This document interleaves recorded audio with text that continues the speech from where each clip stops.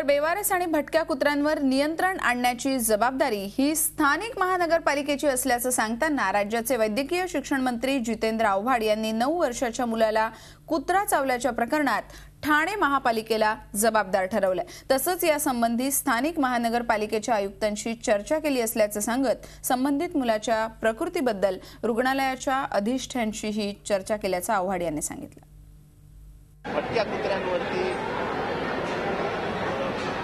त्याच्यावरती कंट्रोल ठेवला पाहिजे, महानगरपालिकेचं काम आहे। महानगरपालिका एवढंही करू शकत नसेल, त्याचा उपचार जे मध्ये करतोय। मी स्वतःच त्याच्या टीमला फोन करून सांगितले की तुम्ही उपचार करा म्हणून, म्हणजे साधा उपचारही ठाण्यामध्ये होऊ शकला नाही। मला वाटतं की थोडंसं आता महाराष्ट्र शासन नाही आहे त्याच्यामध्ये महानगरपालिका आहे, ठाणे महानगरपालिका आहे। महानगरपालिकेची जबाबदारी आहे, महानगरपालिकेने पार पाडायला हवी। तर मुंब्र्यात कुत्र्यानं 9 वर्षाच्या मुलावर प्राणघातक हल्ला केल्याची ही घटना ताजी असतानाच अशीच हृदयद्रावक घटना राजधानी नवी दिल्लीत घडली आहे। एका भटका कुत्र्यानं नबी करीम भागातल्या घरात घुसून 3ऱ्या माळ्यावर झोपलेल्या लहान मुलीचे लचके तोडले। अतिशय गंभीर अवस्थेत असलेल्या या लहान मुलीला हॉस्पिटलमध्ये घेऊन जात असतानाच तिने रस्त्यातच अखेरचा श्वास घेतला। या घटनेनंतर संतापलेल्या लोकांनी रागाच्या भरात केलेल्या मारहाणीमध्ये कुत्र्याचा मृत्यू झालाय। स्थानिक लोकांनी याआधी दिल्लीच्या एमसीडी विभागात भटक्या कुत्र्यांबाबत अनेकदा तक्रार केली, मात्र संबंधित विभागानं कारवाई करण्यास केलेल्या कुचराईमुळे नाहक एका मुलीला आपल्या प्राणाला मुकावं लागलं।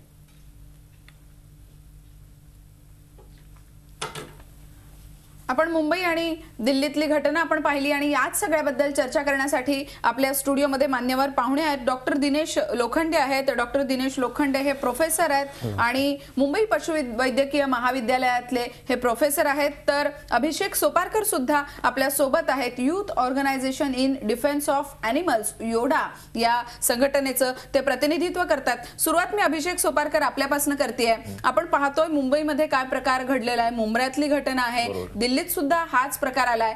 या सगळ्या मोकाट कुत्र्यांना लोक आता वैतागलेत आणि त्यांच्या संख्येवरती नियंत्रण आणण्याची गरज व्यक्त होते।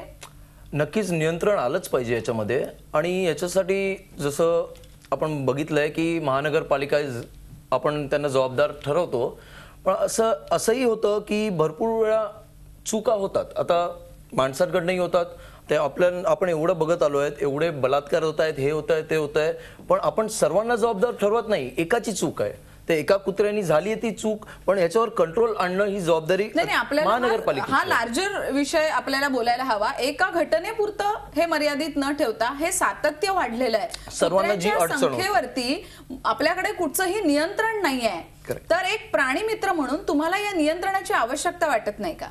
नक्कीच आहे, नियंत्रण झालंच पाहिजे। स्टेरिलायझेशन हा एकच उपाय आहे याच्यासाठी। पण मग ते होतंय प्रभावीपणे? होत आहे, पण मध्ये सध्या आता आपण मध्ये बघितलं 4-5 महिने बंद होतं।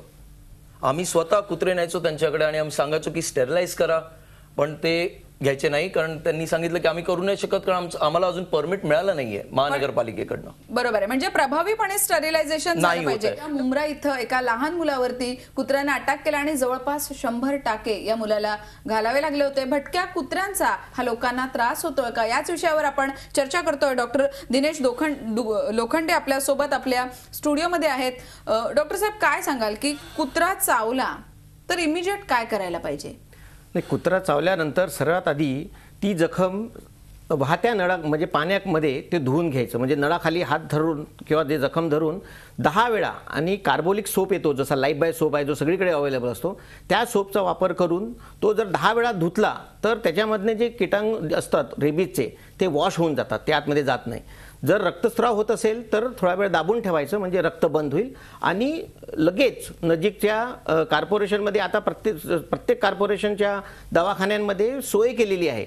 एंटी रेबीजची वॅक्सिन द्यायची, फ्री सर्व्हिसेस ते देतात। डॉक्टरकडे घेऊन जायचं आणि डॉक्टरकडे त्याचा उपचार सुरू करायचा। बरेचदा घाबरतात कुत्रा चावल्यानंतर लोक, आणि त्यामुळे सुद्धा काही परिणाम होऊ शकतो। हो, घाबरल्यामुळे जास्त परिणाम होतात। माणसाला वाटतं की त्या कुत्रा चावला आणि त्याला रेबीज आहे, जसं त्याला रेबीज नसेल सुद्धा आणि तो रेबीज होऊ शकत नाही सुद्धा, पण तरी लोक घाबरतात आणि त्या घाबरल्यामुळे ते जास्त पॅनिक हे होतात. तर अशा वेळी जर डॉक्टरकडे गेलं आणि व्यवस्थित त्याची लसीकरण केलं, जे फ्री अवेलेबल आहे कॉर्पोरेशनमध्ये, ते जर केलं आणि तसं बघितलं तर जर डॉगला रेबीज असेल तर तो कुत्रा साधारणतः एक 15 दिवसात तो मेला पाहिजे. पण जर तो नाही मेला म्हणजे याचा अर्थ त्याला रेबीज नाही आहे. म्हणजे बरोबर आहे, घाबरण्यामुळे अधिक परिणाम होऊ शकतात. भटक्या कुत्र्यांचा त्रास हा मुंबईमध्ये अनेकांना जाणवतो, तो इतरही शहरांमध्ये पाहायला मिळतोय. अभिषेक सोपारकर आहेत आपल्यासोबत. आपण पाहिलं आता मुंबऱ्यामध्ये त्या मुलाला अक्षरशः कुत्र्यांनी इतके लचके तोडले आहेत. ही एक घटना झाली, हे एक प्रातिनिधिक चित्र झालं. या कुत्र्यांचं नेमकं करायचं काय आता? इतक्या मोठ्या संख्येनं ते वाढताय. आता याचा सर्वात मोठा इलाज असा आहे की आपण जे स्टेरिलायझेशन सेंटर आहेत, जिकडे शस्त्रक्रिया होते या कुत्र्यांवर, ते जास्त प्रमाणात उघडले पाहिजे, मोठे उघडले पाहिजे, मॅन पॉवर जास्त दिली पाहिजे आणि फंडिंग, गव्हर्नमेंट फंडिंग त्यांना भरपूर मिळालं पण पाहिजे. ते पुरेसे नाहीये. पुरेसे नक्कीच नाहीये.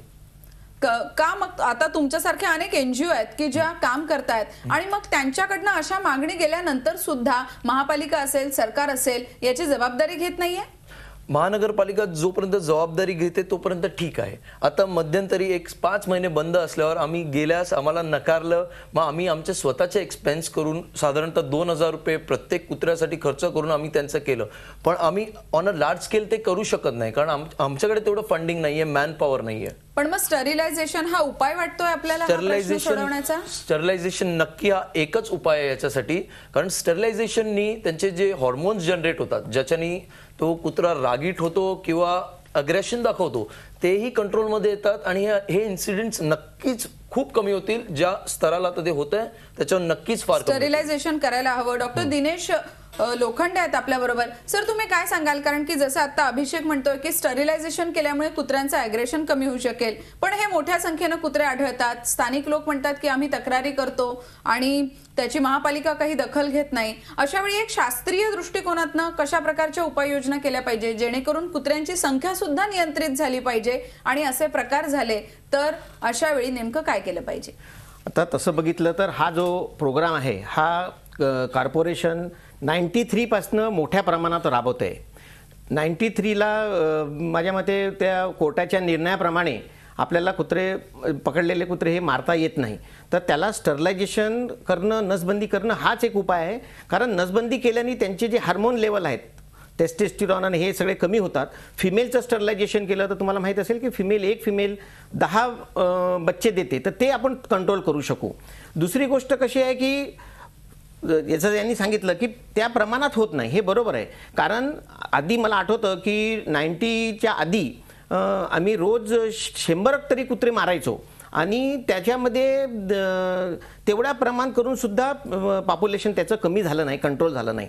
तर आता त्याच रेटमध्ये जर आम्ही स्टरलायझेशन केलं तर हे नक्कीच कमी होईल. आणि मी तुम्हाला सांगतो की मुंबईमध्ये सर आपण म्हणतोय की आता मुंबई महापालिकेचा विचार केला तर स्टरिलायझेशनचा प्रोग्राम महापालिकेचा स्वतःचा आहे आणि 90 पासून ही योजना सुरू आहे असं तुम्ही म्हणताय. आणि तरी सुद्धा प्रत्यक्षात एकेका परिसरात आपण पाहिलं तर 100 कुत्रे पाहायला मिळतात. म्हणजे मग हा विरोधाभास वाटत नाही का? एकीकडे योजना राबवायची आणि दुसरीकडे कुत्र्यांची संख्या वाढते. काही तुम्ही जर एरियामध्ये जाल, स्पेशली कोलाबा एरियामध्ये तुम्ही जाल तर तुम्हाला तिथे दिसतील की सर्व कुत्र्यांची स्टरलायझेशन झालेली आहे.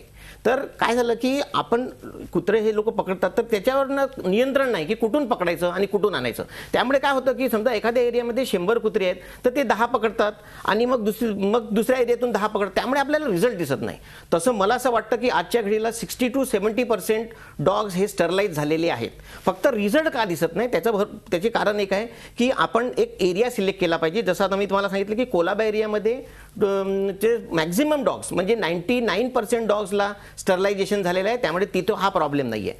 दुसरा प्रॉब्लेम आपल्याकडे असा होतो की जी झोपडपट्टी आहे एखाद्या परिसरामध्ये किती कुत्रे असावेत याचं काही प्रमाण तसं काही नसतं मॅडम. कारण काय आहे की जर समजा झोपडपट्टीमध्ये आहे, आता झोपडपट्टीमध्ये तुम्ही बघाल की हे कुत्रे जास्त असतात आणि जेव्हा हे कॉर्पोरेशन त्यांना पकडायला जाते तेव्हा ते लोक लपवून ठेवतात आणि ते देत नाही. कारण ते म्हणतात की स्टरलायझेशन केल्यानंतर त्या कुत्र्यांची पॉवर कमी होऊन जाते म्हणून ते देत नाही. तर ते हे एक कारण आहे. दुसरं कारण आहे की आमच्याकडे मुंबईमध्ये का कुत्रे जास्त आहेत, कारण ॲडली फूड अवेलेबल आहे. फूड असल्यामुळे प्रोडक्शन पण वाढतं, बरोबर. प्रत्येक डॉगला खायला मिळतं, ते हेल्दी फूड खातात आणि ते जास्त प्रोड्यूस करतात. तर बरोबर. हे जे कारण आहेत भरपूरसे कारण आहेत.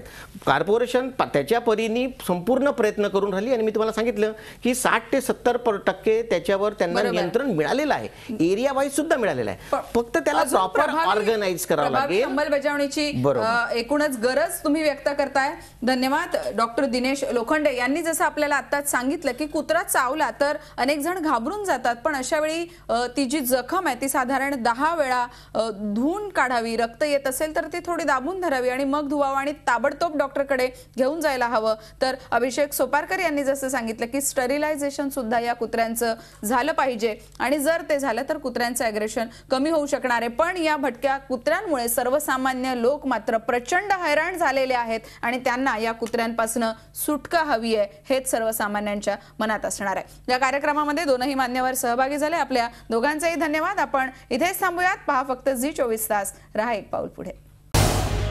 झी 24 तास रहा एक पाऊल पुढे.